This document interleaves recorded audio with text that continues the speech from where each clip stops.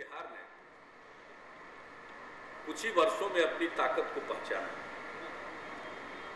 और आज किसी को 10 साल बीतने के बाद याद भी नहीं है कि झारखंड नाम का प्रदेश कभी हमारे बिहार का हिस्सा भी था। किसी को याद नहीं, बल्कि अब सुना करते हैं कि झारखंड में ही इसकी चर्चा ज्यादा हो रही है।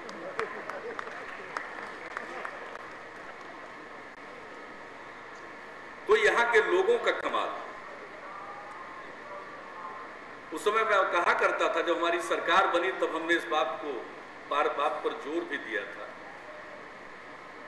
कि भले ही खान और खदान झारखंड में चले गए हों, लेकिन विरासत हमारे साथ।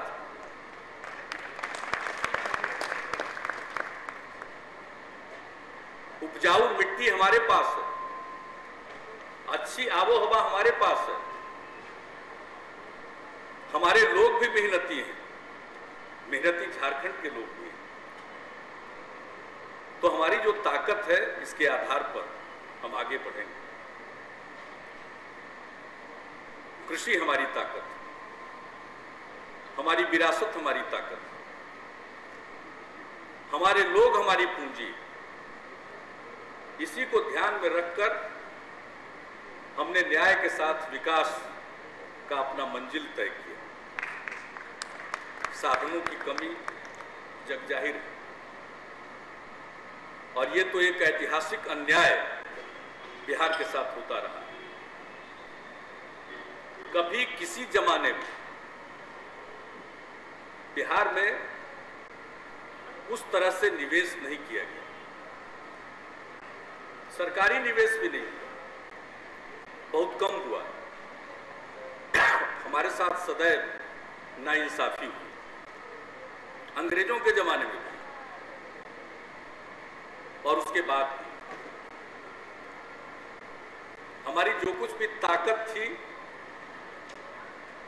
उसको भी समाप्त किया गया। फ्रेट इक्वलाइजेशन पॉलिसी लाकर उस समय बिहार झारखंड एक था। जो हमारी ताकत थी, बहुत सारे निवेशक यही निवेश करते, और केंद्र ने ऐसी पॉलिसी बनाई कि यहां का आकर्षण ही समाप्त कर दिया। अंग्रेजों ने भी जब सबसे पहले गन्ना पर आधारित उद्योग की स्थापना शुरू की, तो बिहार और पूर्वी उत्तर प्रदेश में गन्ना मिलें ज्यादा लगी।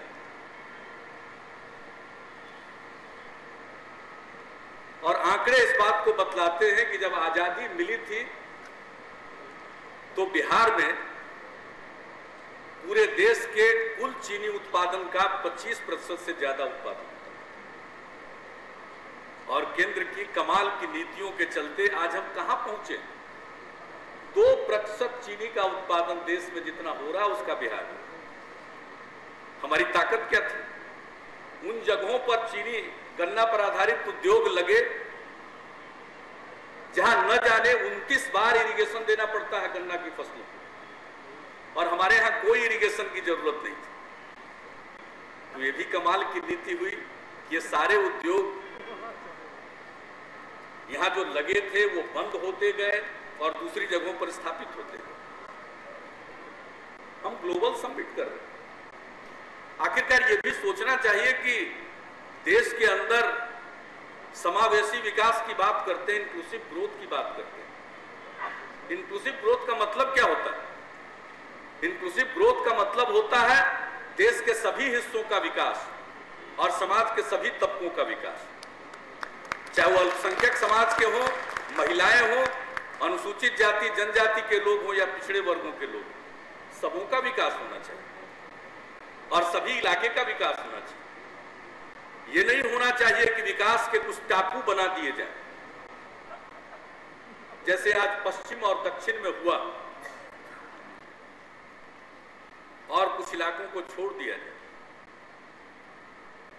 तो जो ताकत थी हमारी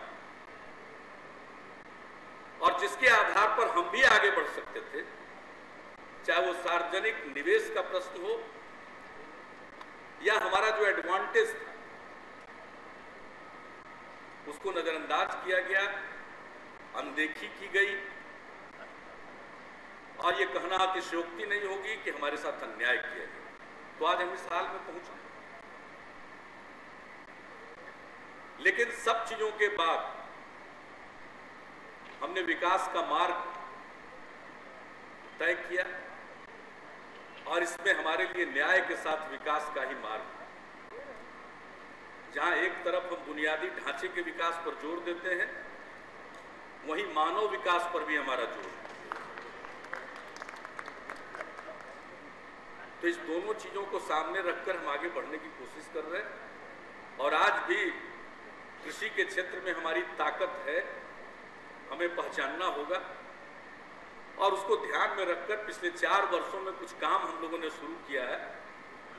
और मुझे कल जो दिन भर कई पैरेलल सेशंस हुए हैं, मुझे खुशी हुई, कई लोगों ने सलाह दिया है कि कृषि पर जोर देना चाहिए। मैं उन तमाम लोगों को कहना चाहता हूं कि आपके मन के भाव को भांप कर हम पहले ही से कृषि पर जोर दे रहे हैं। और शायद इस देश में कोई दूसरा राज्य नहीं है, या अब आगे कोई और राज्य उसमें शामिल भी हो सकता है, लेकिन हम पहले राज्य हैं जहां हमने कृषि कैबिनेट बनाया, कैबिनेट कमेटी ऑन एग्रीकल्चर, कृषि से जुड़े हुए तमाम पहलू, और अगले 10 वर्षों के लिए हम योजना बना रहे हैं। 4 साल का रोड मैप पर हमने अमल किया है, उसकी भी समीक्षा हमने की है, और अगले 10 वर्षों के लिए हम रोड मैप वैज्ञानिकों और कृषि के जितने स्टेक होल्डर्स हैं सबके साथ विमर्श करके हमने एक प्रारूप तैयार किया, उसको अंतिम रूप देंगे, और 1 अप्रैल 2012 से हम उसे लॉन्च भी करेंगे। भारत सरकार अपने 5 वर्षीय योजना के बारे में अंतिम निर्णय नहीं ले सकती। पता नहीं प्लान हॉलिडे होगा, क्या होगा, किसी को मालूम नहीं। अप्रोच पर हमारे प्लानिंग कमीशन के माननीय सदस्य बैठे हुए हैं, लेकिन हम उम्मीद करते हैं कि आपने भी महसूस किया है, योजना आयोग ने भी और भारत सरकार ने भी, कि दूसरी हरित क्रांति देश के पूर्वी हिस्सों में आएगी। उसी पूर्वी हिस्से में बिहार भी है। हमने उससे आगे बढ़कर इंद्रधनुषी क्रांति का खाका तैयार किया, और मुझे उम्मीद है कि अगले 5 वर्षीय योजना में दिखावे के लिए नहीं, 400 करोड़ रुपए से कोई दूसरी हरित क्रांति नहीं आएगी। हमने 1.5 लाख करोड़ से भी ज्यादा की योजना बनाई है, अगले 5 वर्षों में हम कृषि के क्षेत्र में लगाएंगे। आपका सहयोग चाहिए। तो कृषि के क्षेत्र में तो बहुत काम हो सकता है। और विकास का पैमाना क्या होगा? अर्थशास्त्रियों के लिए एक पैमाना है जीडीपी का ग्रोथ, और उसी ग्रोथ रेट पर हम चर्चा करते हैं। राज्यों के लिए जीएसडीपी, लेकिन उसके साथ साथ हम ये मानते हैं कि आमदनी कितनी बढ़ी।